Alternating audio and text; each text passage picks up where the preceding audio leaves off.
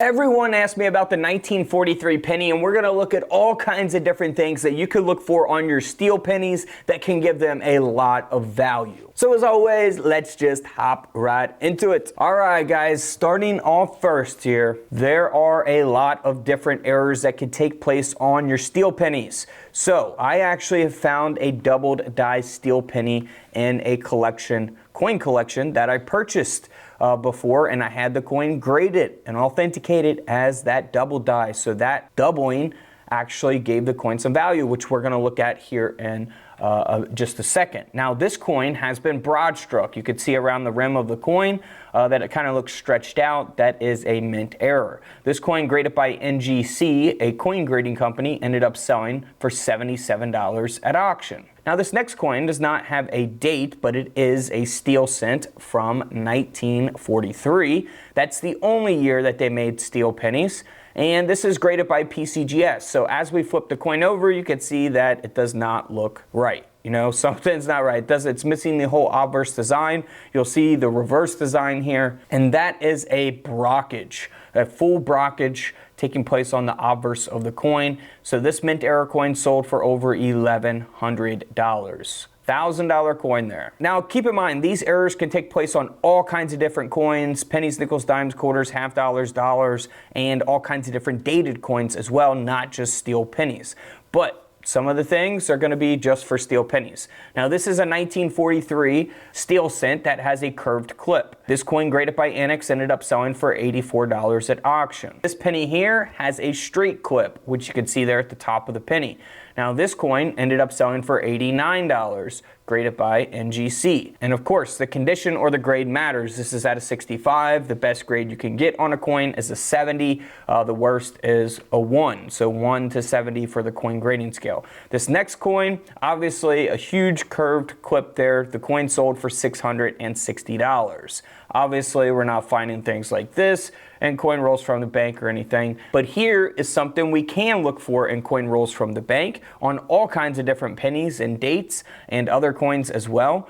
This steel cent is in pretty rough condition. Probably what a lot of our steel pennies look like, right?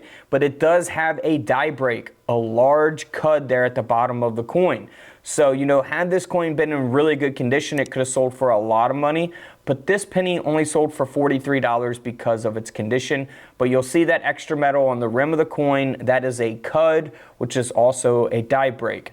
So always pay attention to your coins for that. Now, here's another example of that on a pretty rough condition steel penny as well. You can see that this one is a little bit larger, taking up a larger portion of the coin there.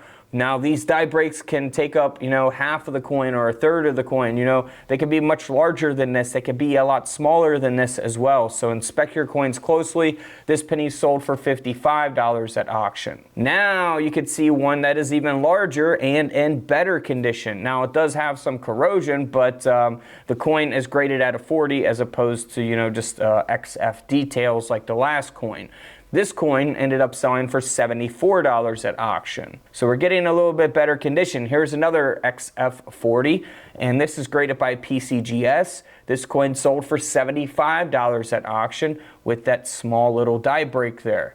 So of course it really depends on, you know, the coin grading company that is grading the coin, the demand, you know, how large the die break is, and what the grade is, the condition of the coin. So all of those things can affect the value. Now, had those been a high mint state graded coin with that die break, it could have sold for hundreds of dollars. Now let's move on to the big one. This is an $840,000 penny. We have a whole video about this coin, so I'll briefly just cover it. So in 1943, they only made steel cents, steel pennies. All right, for the war, they needed copper, so in exchange, they made pennies out of steel for 1 year only, 1943. Now this is a 1943 copper penny.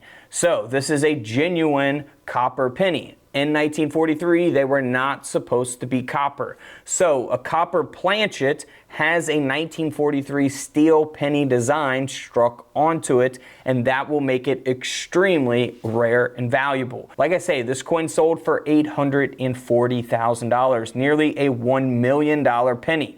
So keep that in mind. This is an extremely, extremely rare error. So there's a lot of fakes of these out there, so beware of that. To find one of these is like hitting the lottery. All right, here's a 1943 steel penny in very good condition. It's graded at a 67, which means that it's very high on the coin grading scale. 70 is the best grade you can get. Now this penny also does have a repunched mint mark, a repunched D mint mark. So here are a few examples of what you can look for on your 1943 steel pennies that have a D mint mark. As you can see, as we go through these images, different examples of a RPM, which is a repunched mint mark. The D mint mark here has been repunched, and there are, of course, different types of examples of that. So keep that in mind. Now this coin, because of its very, very high grade and because of that RPM, that repunch mint mark, the penny ended up selling for over $21,000 at auction. Super rare coin there. Now, if we go to the same exact coin, 1943 steel penny, it has a RPM repunched mint mark. You know, it really depends on which repunch mint mark you have, of course, that can affect the value. But this coin has been damaged. It doesn't have a grade. It's just authenticated as a genuine coin, and it only sold for around $200. So big difference from 200 bucks to 21,000 based on the grade or the RPM, the condition of the coin, or the type of repunchment mark that the coin has. Now here is a coin, it's very similar to the coin that I found, just in much better condition. It does have a double die. Now this is the S mint mark, so you'll see the S mint mark underneath the date. Now for the 1943, you can look for doubling on the no mint mark as well. Here's an example of that. This is actually the same doubling that I found on my steel penny. You can really see it there on the date, the 9, the lettering Liberty. Here's a different example as well you can look for on Liberty. You can really see it there at the bottom of the T and the Y.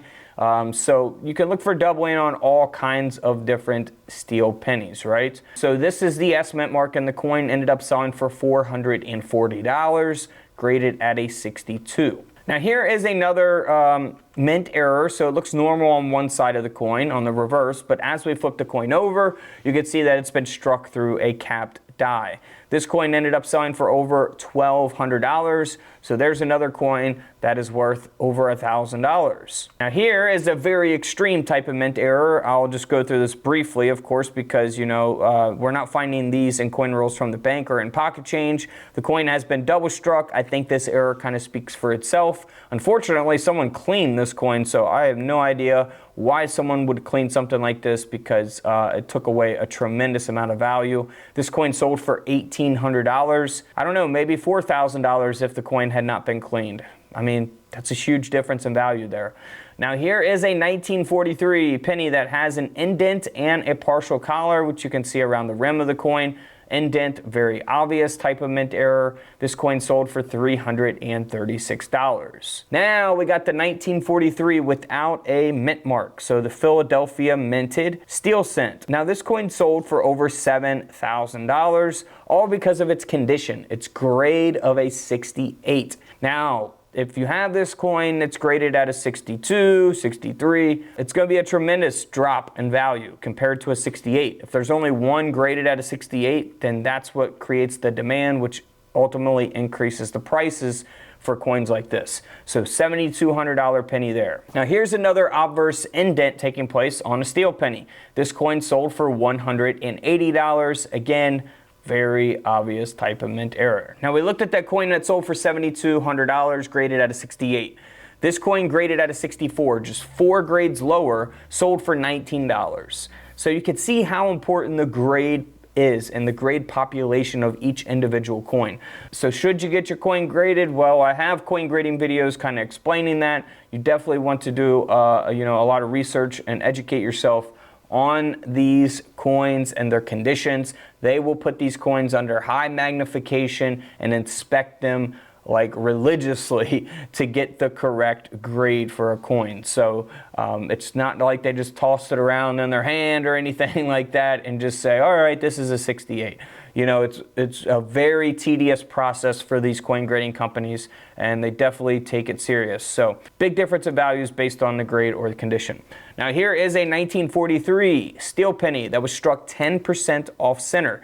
This coin has been cleaned, so of course that'd take away value from the coin, but it did sell for around $100 at auction because of that off-center strike. Now here is a 1943 that was struck onto a 10-cent blank planchet. So in 1943, they were minting mercury dimes, silver mercury dimes. Of course, those coins or those planchets are smaller than, pennies. And this penny design was actually struck onto a silver dime planchet. And this coin ended up selling for over $1,500 as a result of that. Now here is another example that is very similar. We got a 1943 steel penny design that was struck onto a silver mercury dime planchet. And this coin graded at an AU53 ended up selling for over $3,800. So nearly a $4,000 coin there. And then we have a more expensive coin here. We got the 1943 S design that was struck onto a mercury dime silver planchet. And this coin ended up selling for over $4,000. All right, also something to look for on your 1943 steel cents. This is the S mint mark. You want to look for the date over a date, right? So we got a 1943 date over a 1942 date. So you want to inspect it very, very closely with your coin microscopes, which I have available at the link in the comments below. So that's something to look for. Here's another example of that. You can really see it there on the 1 and the 9. And you see the 2 underneath the 3 there. So that is something you want to look for on those coins also. Now here is another mint error. We have a 1943 steel penny. It does have damage, unfortunately, but the coin has a rotated die. So when you put your fingers at the bottom of this penny and you flip it directly up onto a table, the design on the reverse should be straight up and down. It should say 1 cent. You see that this one is diagonal. It's rotated. So that can give the coin some value. The coin ended up selling for a little over $100 at auction. Could have sold for more had it not had that damage. Now here is a 1943 S mint mark, of course. I told you that they're not supposed to be copper in 1943. So if you find one, you want to have it inspected closely and authenticated by a coin grading company like PCGS or NGC. This coin ended up selling for over $500,000. $504,000 for 1 penny. Unbelievable. Now here is another mint error where the coin has been struck through thread here on the obverse of the coin. And we can see that there as we zoom in on the penny. This coin graded at a 64 ended up selling for $192. Again, this is a type of error that can take place on all kinds of different coins, just as this coin here, this type of error as well. A strike through here on the reverse of a steel penny graded at a 63 grade. This coin sold for $360 at auction.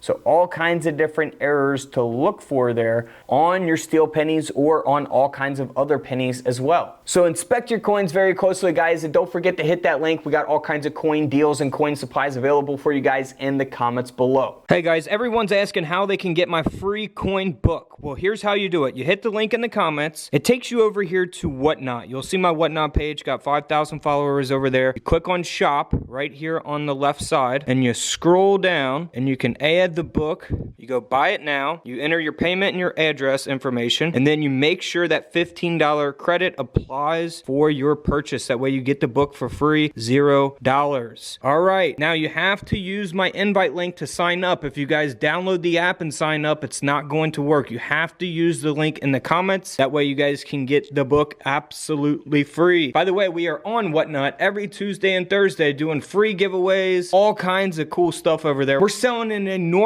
amount of penny rolls, wheat penny rolls, silver coins, gold coins, everything. Make sure you guys follow. You do not want to miss out on these giveaways. And don't forget to subscribe in the middle. Feel free to check out the videos to the left of me. And until tomorrow, I'll see you guys in the comment section below. This is Couch Collectibles, and this is where I disappear.